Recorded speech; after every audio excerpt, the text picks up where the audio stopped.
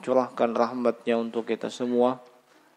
Sebagaimana saya juga memohon kepada Allah, semoga ibadah salat maghrib dan ba'diyah tadi yang baru saja kita kerjakan diterima di sisi Allah Subhanahu wa taala, diberikan ganjaran yang terbaik sesuai dengan niatan kita masing-masing.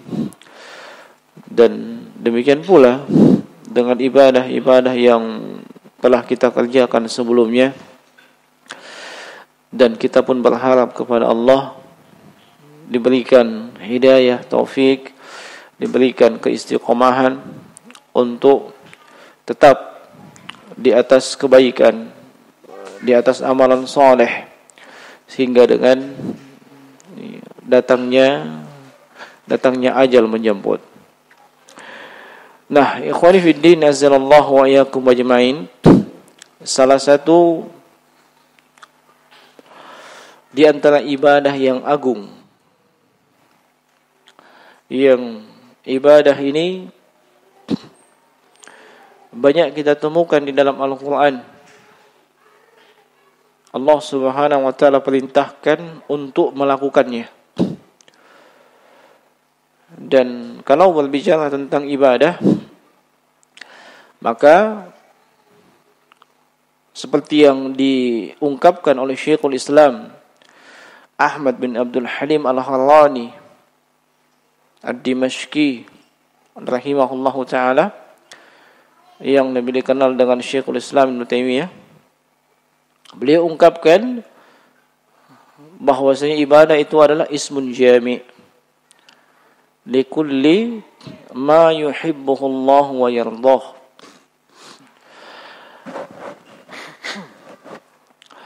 Min al-aqwalin wa af'alin adh-dhahirah wal batinah.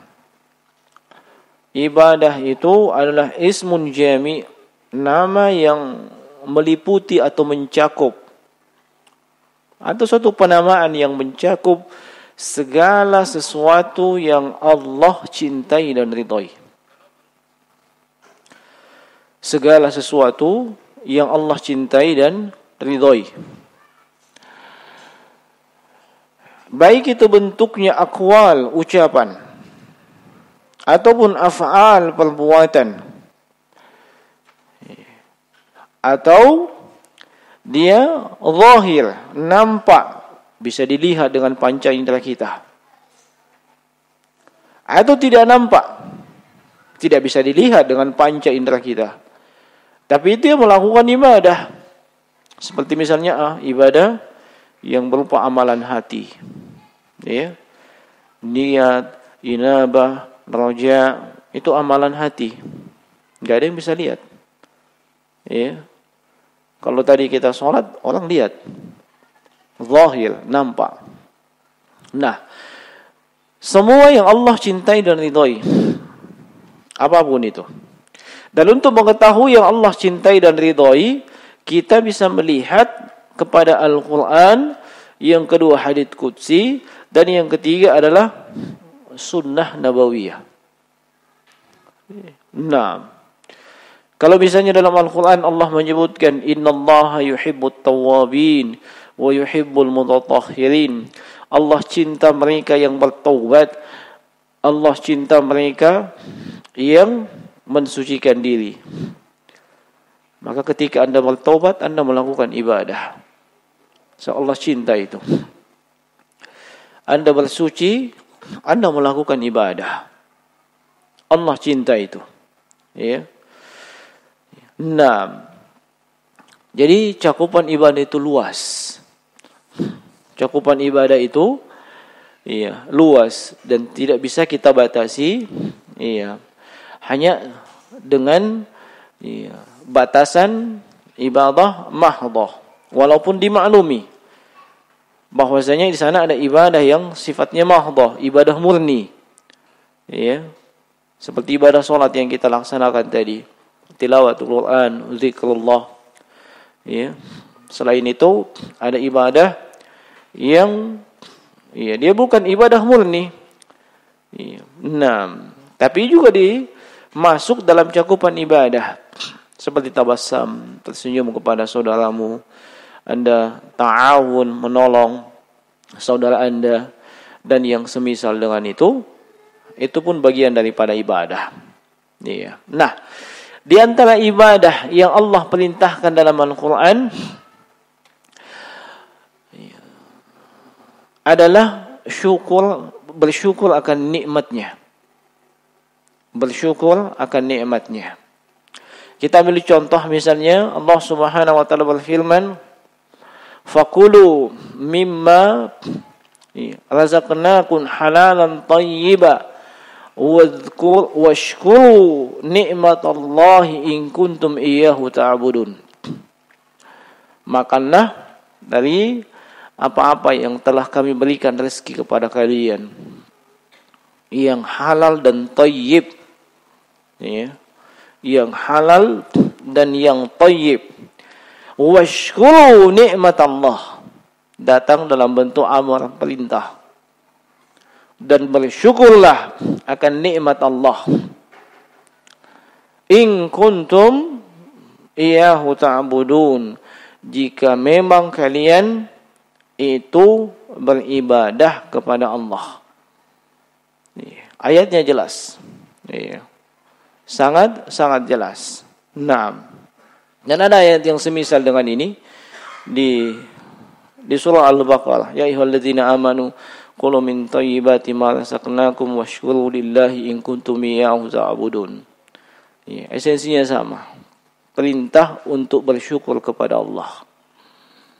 Nah, perintah untuk mensyukuri nikmat Allah Subhanahu wa taala. Sekarang yang menjadi pertanyaan, bagaimana kita bersyukur akan nikmat Allah? Bagaimana kita mensyukuri nikmat Allah? Dan apakah selama ini kita sudah termasuk hamba-hamba yang syakir? Ya. Hamba-hamba yang tergolong hamba yang bersyukur. Ataukah masih ada kekurangan dalam kesyukuran kita, atau malah kita masuk ke dalam golongan kufur nikmat. Bersyukur enggak, diingkari nikmat iya. Nah, jemaah sekalian rahimani wa rahimakumullah, para ulama itu menyebutkan syukur itu ada pada tiga hal. Pertama, adalah bersyukur dengan hati. Bersyukur dengan hati. Bagaimana bersyukur dengan hati? Adalah al-i'tiraf. Wa taqrir. Kita mengakui seluruh nikmat apapun itu. Kecil, besar, nampak, tidak nampak, terkait dengan dunia, terkait dengan agama, semuanya datang dari Allah tanpa kecuali. Semuanya datang dari Allah tanpa kecuali. Allah sebutkan dalam surat An-Nahl, "Wa ma bikum min ni'matin faminallah." Dan nikmat apa saja yang kalian dapatkan semua datang dari Allah tanpa kecuali. Ini penting, bahkan sangat penting. Kenapa? Sebab terkadang entah itu disebabkan sabakul lisan yang tergelincir, atau mungkin dia lupa diri dan seterusnya. Kadang ada orang yang berkata, bahwa seandainya bukan saya, maka itu tidak akan terbangun misalnya. Seandainya bukan karena saya, mungkin ambil contoh, masjid ini tidak akan terbangun. Seandainya bukan kehebatan saya, maka tidak ada yang bisa jadi. Ini sepintas mungkin sering kita dengarkan ungkapan kalimat seperti itu. Padahal jemaah sekalian, itu kalimat yang tidak benar. Sama sekali tidak benar. Kenapa demikian? Segala sesuatu yang terjadi itu tentunya tidak lepas daripada takdirnya Allah Subhanahu wa taala. Ya. Takdirnya Allah Subhanahu wa taala. Dan terkadang ya, Allah menjadikan sesuatu entah itu ada sebab ataupun tidak ada sebabnya. Ada sebab ataupun tidak ada sebabnya. Walaupun yang kebanyakannya tentu ada sebabnya. Iya. Tetapi iya, seorang yang memiliki akidah yang lurus itu tidak akan pernah bersandar kepada sebab. Iya. Tapi dia bersandar kepada Rabbul Asbab. Iya. Nah, kepada Rabbul Asbab. Apa yang kita dapatkan saat ini? Apa yang kita rasakan? Nikmat yang kita peroleh. Itu bukan semata-mata kehebatan kita, kecerdasan kita, sekolah kita yang tinggi, kepiawaian kita dalam mencari ma'isyah misalnya, ya. Kecerdasan kita dalam melobi dan seterusnya. Bukan, jemaah sekalian. Ya. Tapi itu dari Allah Subhanahu wa taala. Buktinya apa? Kita bisa melobi, yang kasih kita kepandaian dalam melobi itu siapa? Kita bisa cerdas. Yang memberikan kecerdasan itu siapa? Atau nikmat diniyah agama. Kita bisa sholat malam, istiqomah rutin malah tiap malam sholat malam. Yang membuat kita terbangun itu siapa?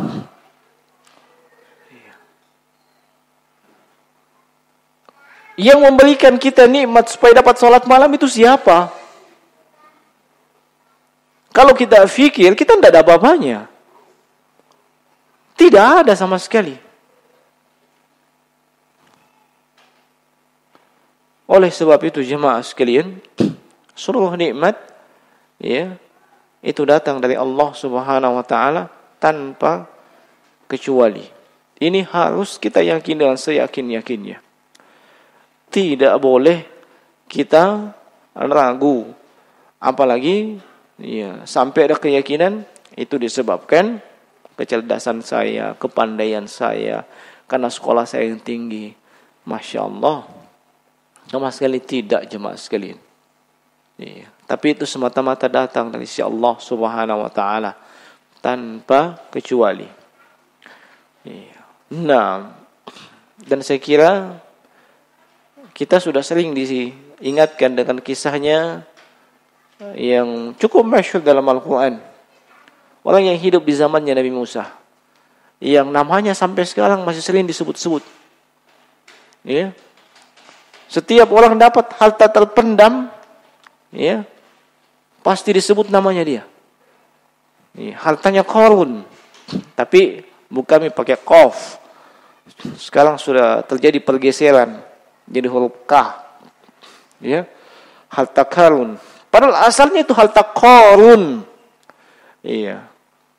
Yang hartanya memang luar biasa. Kunci gudangnya saja mesti dipikul oleh 70 orang. Itu kuncinya.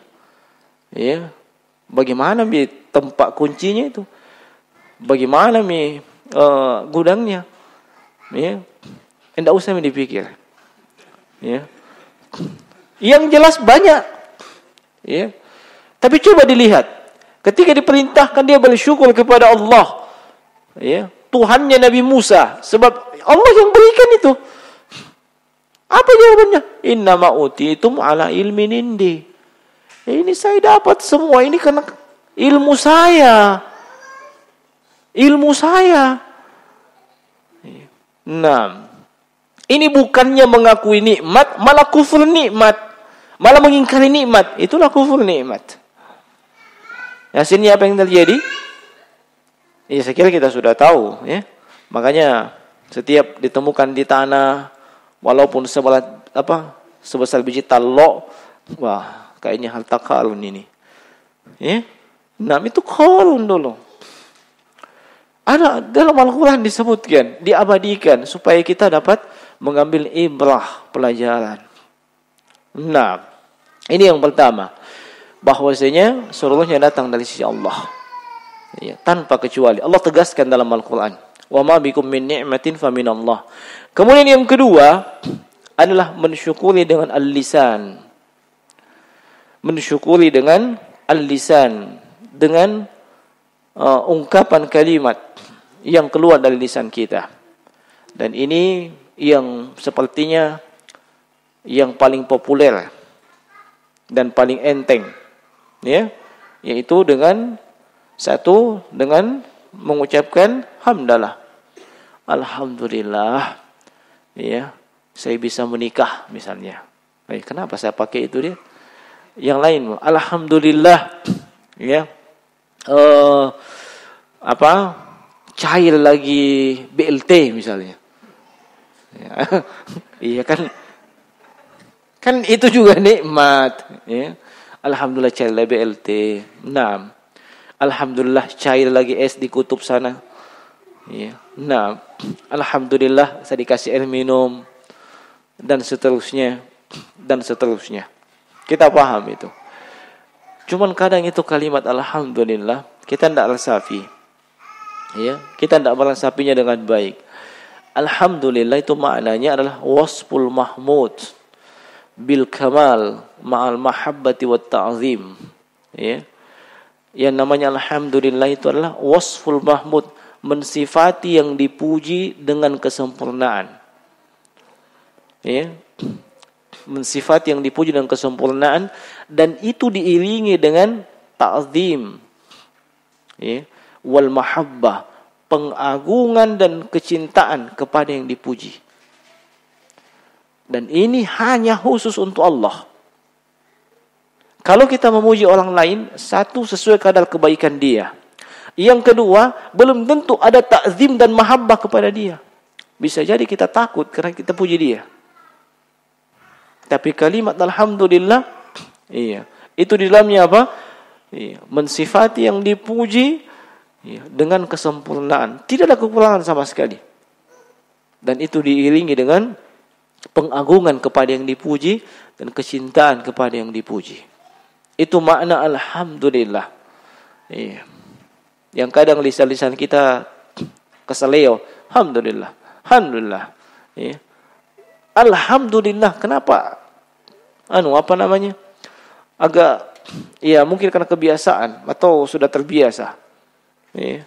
Nah, kemudian termasuk kesyukuran dengan lisan adalah mendoakan kebaikan. Ingat, nikmat yang sampai kepada kita itu tidak jatuh dari langit, ya, tidak jatuh dari langit. Pasti melalui perantaraan tangan-tangan manusia. Melalui perantaraan tangan-tangan manusia, enggak langsung jatuh. Nah, coba BLT jatuh dari langit. Kau pergi di antri di rekening di bank sana. Ya, itu pun, ya, Menteri Keuangan tanda tangan dulu. Ya, terus ke bawah. Banyak, ya, pihak terlibat. Ya. Nah, lalu apa yang mesti kita lakukan? Kalau tuntunannya, ya, seperti dalam riwayat Abu Daud, ya, dan disahihkan oleh Syekh Al-Albani, kata Nabi, "Man sana'a ilaikum ma'rufan fakafi'u." Siapa saja yang berbuat baik kepadamu, maka fakafi'u, balas dengan kebaikan yang semisal. Paham? Iya. Nah, kasih kau 100.000, kau kasih dia 100.000 juga. Itu tekstual haditsnya. Kan fakafi'u, balas dengan balasan yang semisal. Iya. Nah, fa illam tajidu ma tukafi'unahu, iya, kalau memang Anda mendapati bahwa Anda belum bisa membalas dia dengan balasan yang setimpal atas kebaikannya, maka fad'u lahu. Di dalam haditsnya Abdullah bin Umar apa? jazakallahu khairan. Itu minimal. Walaupun terkadang kita lebih suka yang minimal. Itu pun minimalnya tidak minimal sekali. Ya. Nah, ini minim, tidak bisa Anda balas, doakan dia kebaikan. Tidak bisa kau banyak-banyak doakan kebaikan, jazakallahu khairan. Ya. Hatta tarau ma tukafiuna, sampai kau melihat kau betul-betul bisa membalas kebaikan dia. Ya. Nah, ini. Iya. Kita memuji Allah yang berikan nikmat, iya, dan kita mendoakan kebaikan pihak-pihak yang membuat kebaikan itu sampai kepada kita, membuat nikmat itu sampai kepada kita. Ya. Maka di kesempatan ini juga, iya, saya berterima kasih wa jazakumullahu khairan wa jazahumullahu wa jazahunnallahu khairan kepada semua pihak-pihak yang ikut andil dalam acara ini, dan semua pihak-pihak yang telah menerima kami dan penerimaan yang baik, menjamu, melayani, dan seterusnya.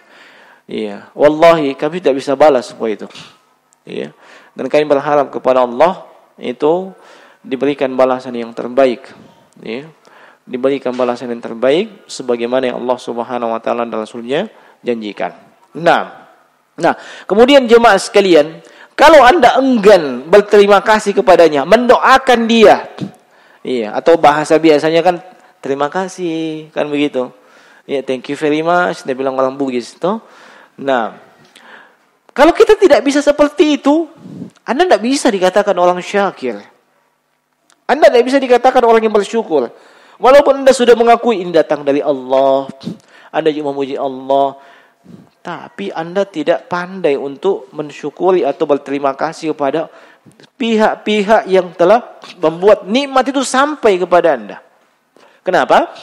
Sebab dalam riwayat Tirmizi dan Imam Ahmad, iya, Nabi SAW bersabda, la yashkurullaha man la yashkurun nas. Tidak bisa bersyukur kepada Allah itu mereka yang tidak tahu berterima kasih kepada manusia. Ya? Anda tidak bisa bersyukur kepada Allah. Padahal kalau kita bersyukur kepada Allah, ya, keutamaan yang paling terngiang di telinga kita apa? La in syakartum la azidannakum. Ya toh? Iya, kau bersyukur maka ditambah itu nikmat. Iya. Sekarang saja baru satu istri, Anda bersyukur apa enggak? Bersyukur apa enggak? Ya syukur kalau kita ngaku, saya bersyukur. Cocok mi. Tapi apakah bertambah? Tidak. Berarti ada kekurangan dalam kesyukuran itu. Dan tidak mungkin kita katakan firman Allah salah. Iya kan? Allah tidak mungkin kita katakan bahwasanya Allah mengingkari janji. Enggak mungkin. Iya. Lihat konteks ayat. La in syakartum. Iya. Syarat jika kalian bersyukur. Iya. La azidannakum. Itu taukid. Iya. Taukid di awal. Iya. Sungguh pasti akan ditambah. Dan Allah tidak pernah ingkari janji. Ya. Makanya enggak usah menyalahkan si A, si B. Salahkan diri kita. Ada kekurangan pada kesyukuran. Kenapa? Enggak bertambah. Loh kok kalian gimana? Ya. Nah, bertambah nikmat maksudnya. Ya. Nah, itu Allah tidak mungkin mengingkari janjinya. Nah, ya. Jemaah sekalian rahimani wa rahimakumullah, camkan la yashkurullah man la yashkurun nas. Ya, tidak akan bisa bersyukur kepada Allah mereka yang tidak tahu berterima kasih kepada manusia. Nah, sekarang coba lihat ya, ruangnya kita persempit keluarga kita. Kebaikan-kebaikan istri, pernahkah kita katakan jazakillah khairan ya zaujati habibati? Pernahkah? Sekedar thank you saja enggak? Ya. Mungkin dalam hati kita, memang itu tugasmu. Masya Allah. Ya. Bayangkan. Kadang saya ingatkan kepada para ikhwah, ya. Ini ya sekali-sekali Apresiasi itulah istri. Ya. Coba bayangkan dari awal saja dia mau sama antum itu sudah luar biasa. Antum tidak cakep-cakep amat. Ya. Dia mau sama antum. Ya. Memelas lagi, uang panai tidak cukup apa segala macam, melobi kiri kanan. Lalu ketika sudah dapat, Masya Allah, ya, mau cuman enaknya saja, dia sanggup dan mau, ya, mengandung anak antum. Ya. Antum kayak prestis saja macolo.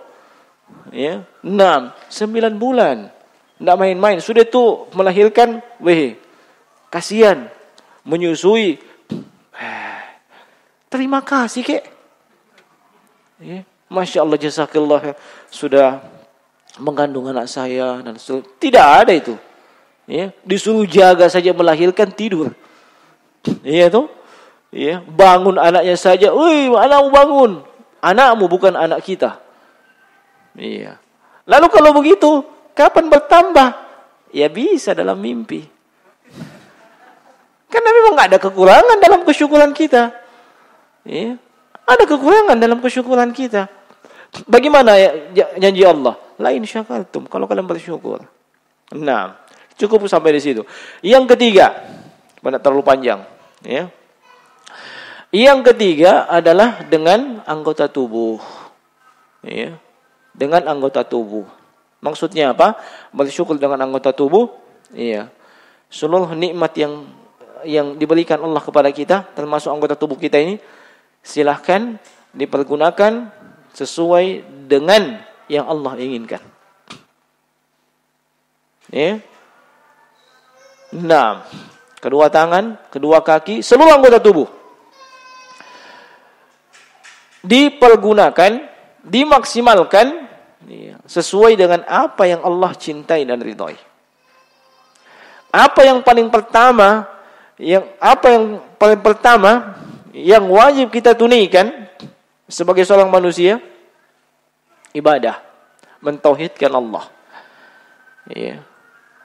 Nah, maka seluruh potensi yang kita miliki anggota tubuh kita, maksimalkan hal tersebut untuk beribadah dan mentauhidkan Allah Subhanahu wa taala. Dan adalah bentuk ketidaksyukuran ketika Anda mempergunakan di antara anggota tubuh ini di jalan yang Allah Subhanahu wa taala murkai. Ya. Anda punya kedua tangan, Anda pakai untuk nyolong, untuk mencuri dan seterusnya. Anda diberikan nikmat kedua mata, ya. Anda pakai untuk melihat yang salah, ya. Nah, melihat hal-hal yang haram dan seterusnya. Itu bukan bentuk kesyukuran. Ya. Kedua kaki diberikan, iya, dipakai untuk melangkah ke tempat-tempat yang diharamkan oleh Allah, di tempat-tempat yang penuh dengan maksiat dan seterusnya. Itu bukan kesyukuran. Iya. Nah, ini 3 hal ini. Lisan, hati, lisan dan anggota tubuh. Iya.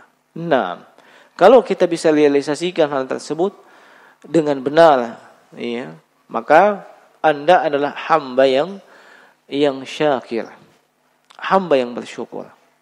Dan ketika ada kekurangan pada hal tersebut, iya, maka jangan harap kita ada yang azan? Yang mana itu azan?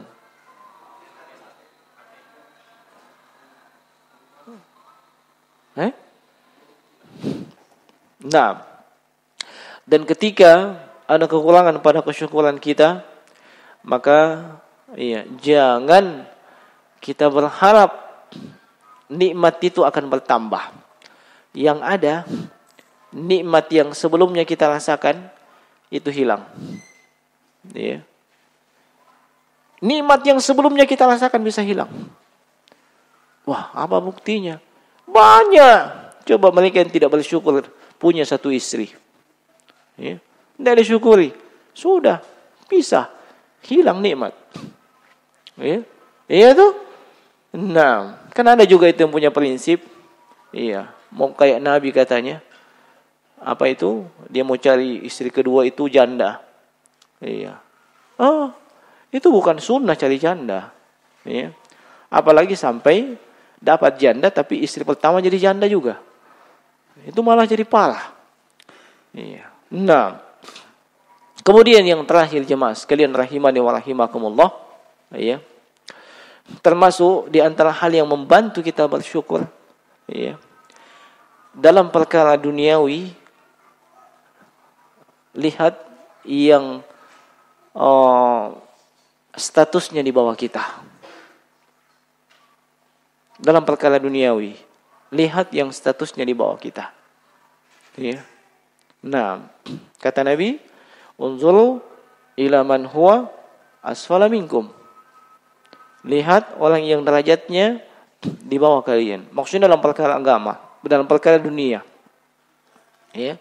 Wala tanzuru ila man huwa fawqakum. Jangan kau melihat ke atas. Fa huwa ajdaru alla tazdaru ni'matallahi 'alaikum. Ya. Sebab itu akan membuat kalian meremehkan nikmat Allah yang sudah kalian miliki. Ya. Nah, ini juga saya ingatkan kepada para bapak-bapak. Biasanya bapak-bapak begitu. Tetangga, ya, baru beli motor. Wah, baru beli motor. Panas lagi. Nah, ya kan begitu. Keluaran baru. Nah, padahal motor lama masih bisa layak dipakai. Masih bisa kencang dan seterusnya. Itu kita tidak syukuri malah. Kita remehkan itu nikmat yang sebelumnya.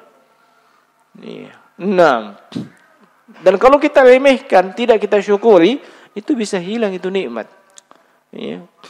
Nah, makanya kata Imam Ibnu Qayyim al-Jauziyah, ketika beliau menyebutkan atau menjelaskan ayat wa'tul buyuta min abwabiha, dalam surah Al-Baqarah, datangilah rumah itu melalui pintunya.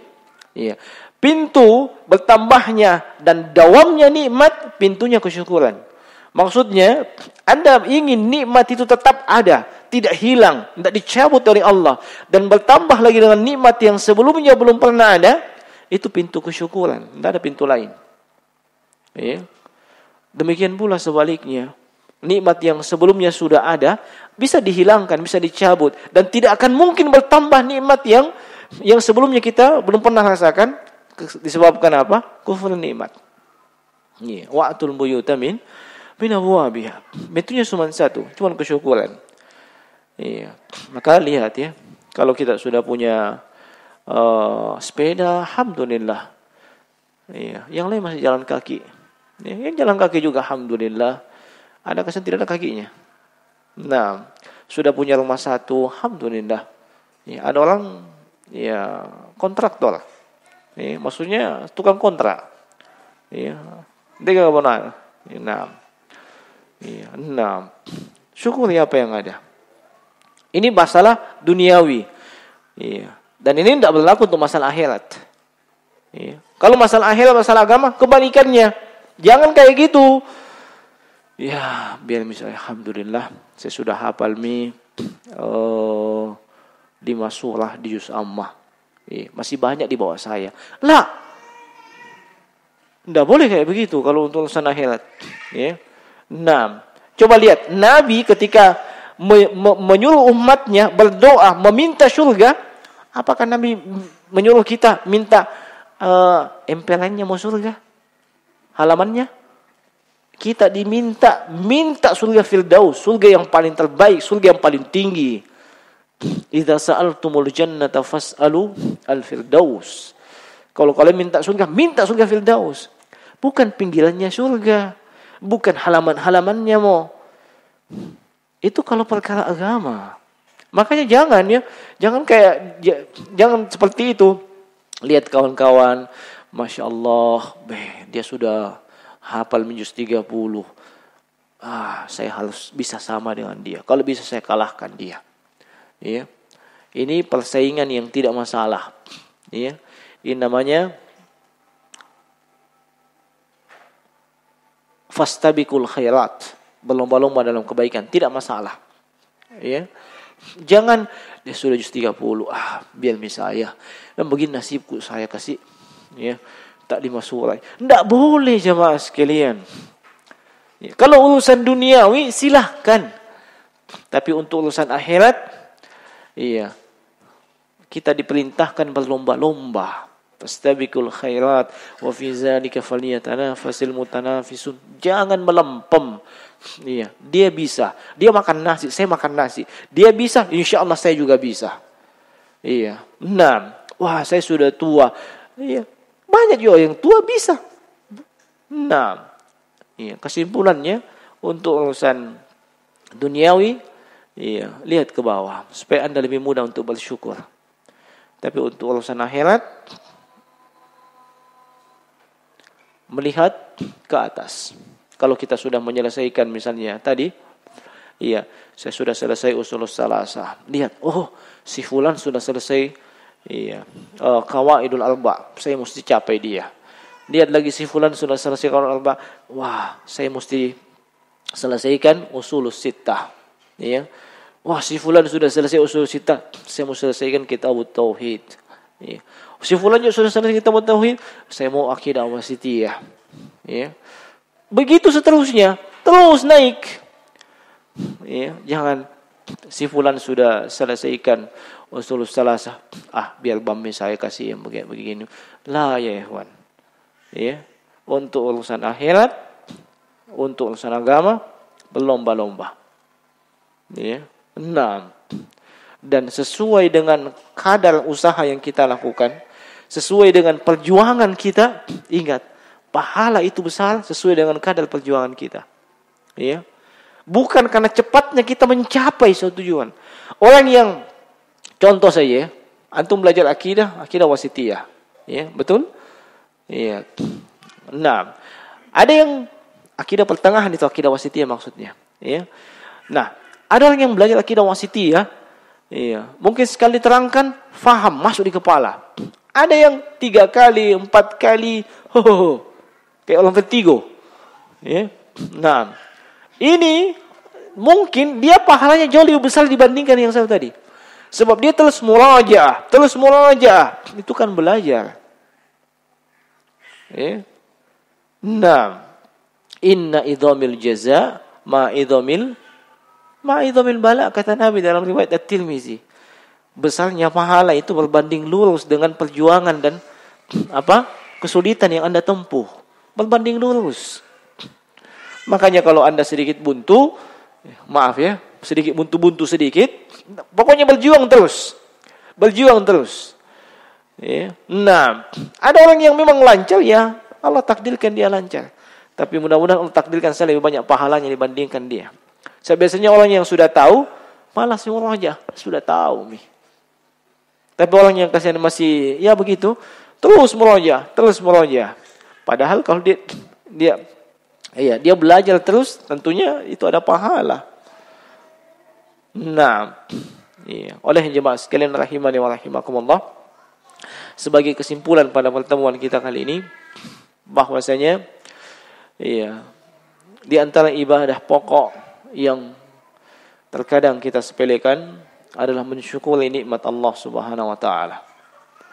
Nah, dan mensyukuri nikmat Allah ini ada pada tiga keadaan, 3 kondisi tadi. Nah, dan yang paling terakhir, hendaknya ketika kita melakukan sesuatu yang itu bernilai ibadah, kata Syekh Utsaimin, hadirkan Anda melakukan ibadah. Iya. Beliau contohkan, innallaha yuhibbul mutatahhirin. Allah cinta kepada mereka yang mensucikan diri. Ya. Allah cinta kepada mereka yang mensucikan diri. Ketika Anda berwudu, Anda BAB cebok ya istilahnya. Cocok mesin cebok. Enggak bisa. Ya, sama aja ya. Hadirkan. Ini bukan cukup sekedar formalitas. Allah cinta kepada mereka yang bersuci. Itu nasihat Syekh Utsaimin. Tidak hanya sekedar kayak ritual kebiasaan umum.